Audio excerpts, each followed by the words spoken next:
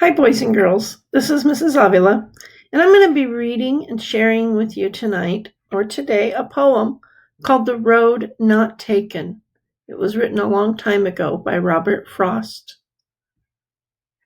After I've read the poem, I will read it again and we'll take it apart, discussing symbolism and some of the elements of poetry that we're learning in this poetry unit. So let's begin. Two roads diverged in a yellow wood, and sorry I could not travel both. And be one traveler long I stood, and looked down one as far as I could, to where it bent in the undergrowth. Then took the other as just as fair, and having perhaps the better claim, because it was grassy and wanted wear, though as for that the passing there had worn them really about the same. And both that morning equally lie in leaves no step had trodden black. Oh, I kept the first for another day, yet knowing how way leads on to way, I doubted if I should ever come back. I shall be telling this with a sigh, somewhere ages and ages hence.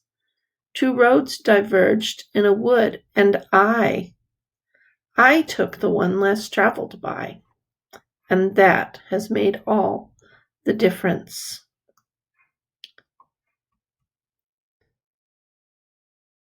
This poem is about two roads. That's what it says. Two roads diverged in the yellow woods. The roads do not actually mean roads. The roads symbolize a choice. The person in the poem has a choice to make. He can't do both things. You can't make both choices. Like you can't have a piece of cake and not have it at the same time. He has to choose one or the other. And so, as any smart person does, he thinks about it. He weighs the choices. Is this the best choice to make, or is this the best choice to make? He weighs them. And so he stood long. And where it says he looked down as far as he could, he thought really hard about it, trying to make the best choice. Because this choice is something that's going to affect his life for a very long time. And then when he thought as far as he could, where it bent into the undergrowth, and he couldn't see any further than that in his mind, he looked at the other choice. And he thought really hard about that one. And he realized that he could make either choice. They were both about the same. Where it says it was just as fair, that means they were about the same. They both looked as good as each other. The word fair is another word for good. And having perhaps the better claim, because it was grassy and wanted wear. He kind of thought that the second choice, it wasn't chosen as often by other people. It might even be the harder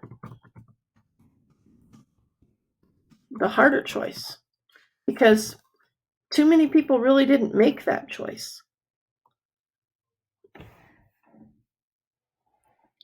And then he says, though as for that, the passing there had worn them really about the same. In his mind, the choices were equal.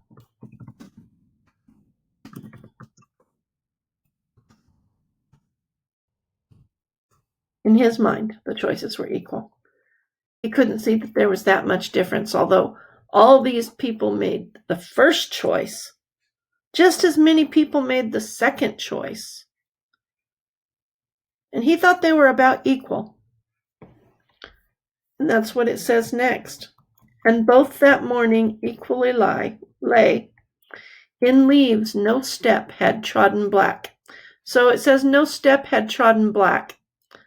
Black can symbolize an end or a death or something evil or bad. But he says, in leaves no step had trodden black. So no one who had made those choices, no one had been harmed by those choices.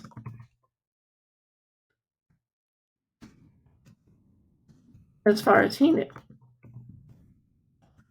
So they were still good choices. But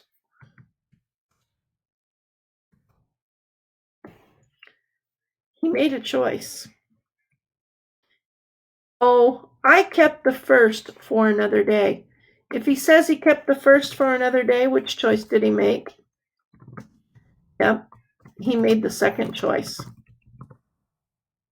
One that was maybe the harder one. The unexpected choice. Yet, knowing how way leads on to way, he said he kept the first for another day, like he thought maybe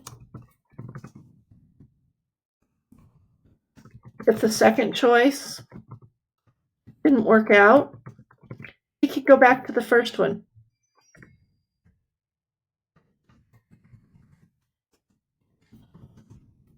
Have you ever done that?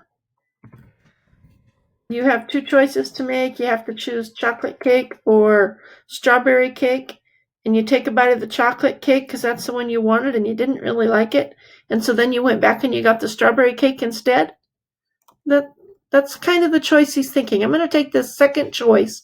And if I don't like it, maybe I can go back.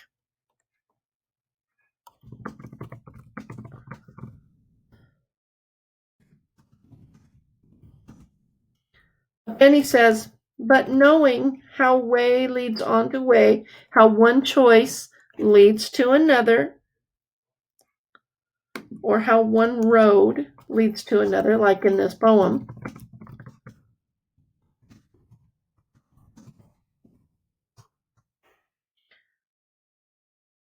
I doubted if I should ever come back. He didn't think he would change his mind later on. He was making the choice that he thought was best for him. He didn't really plan to change his mind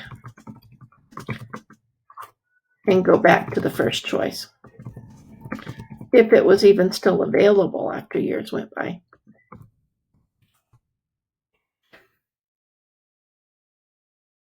I shall be telling this with a sigh. He's saying, I will remember it. When you do something with a sigh, it's like you're going like this. So he's kind of remembering it, maybe sadly, or maybe even happily. Usually if I remember things happily, I remember it with a smile. If I remember it sadly, it's usually with a sigh. So I'm going to get rid of happily because I would be saying, I shall be remembering this with a smile. But he's not. He's remembering it with a sigh. So he's going to remember it sadly, maybe, in years gone by. Somewhere ages and ages hence. That means hence means in the future. Somewhere ages and ages hence. Maybe that means many years in the future. I'm going to remembering this sadly. Why doesn't he just say those words? I don't get it. But that's the way poets are. They always use fancy words. He's going to remember that two roads diverged in a yellow wood. He had two choices.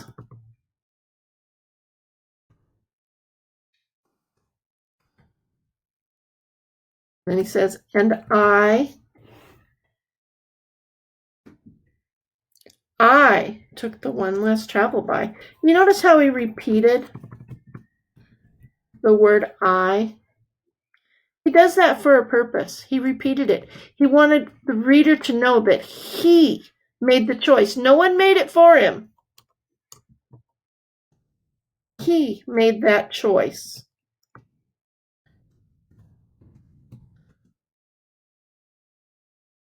Not anyone else. He chose. But I took the one less traveled by.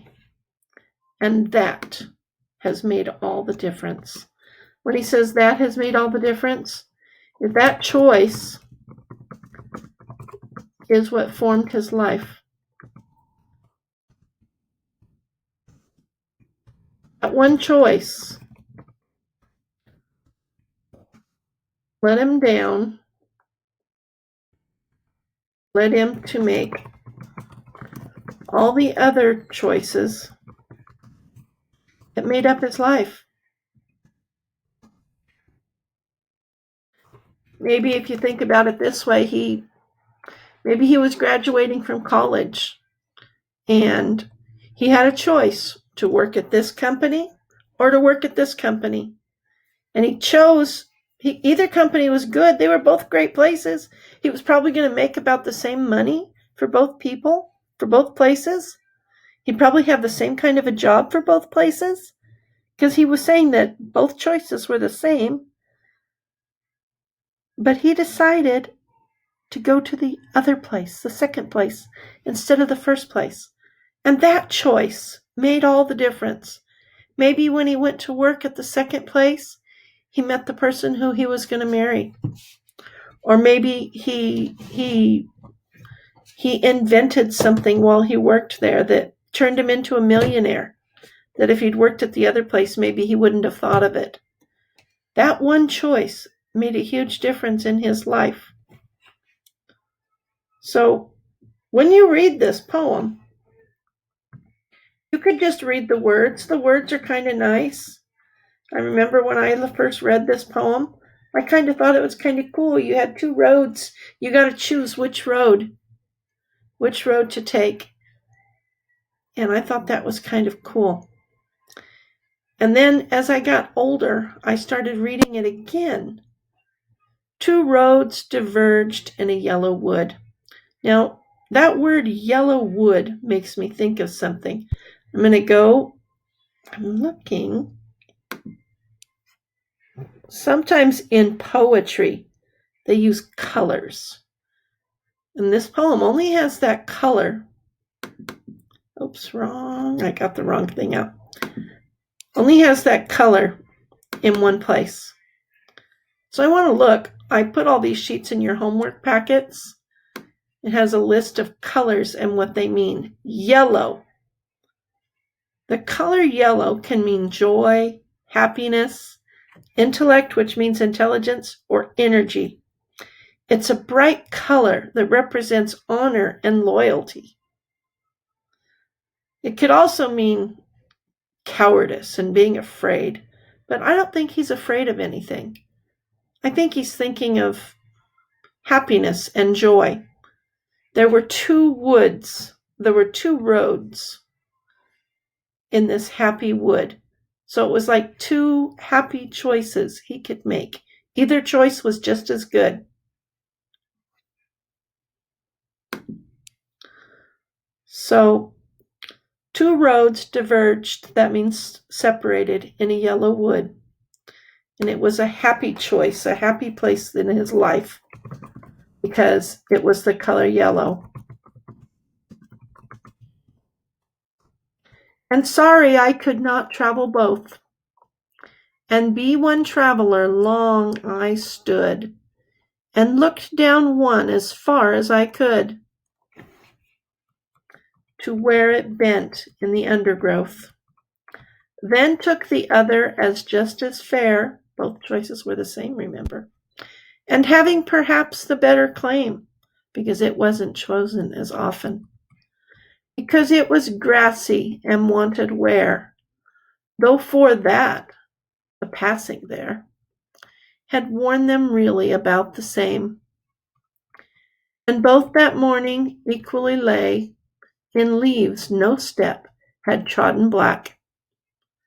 No one would be harmed no matter what choice he make. Oh, I kept the first for another day. Yet knowing how way leads on to way, I doubted if I should ever come back. I shall be telling this with a sigh, somewhere ages and ages hence. Two roads diverged and a wood, and I took the one less traveled by. And that has made all the difference. So when you first read this poem, you think it's just about a beautiful road in the woods. But when you read it deeper, you see it wasn't a road at all. It was a choice. A beautiful choice.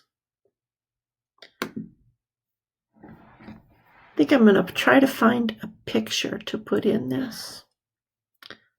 But I can't, so I'll have to do it another time. Have a great day. Enjoy the poems that you were given.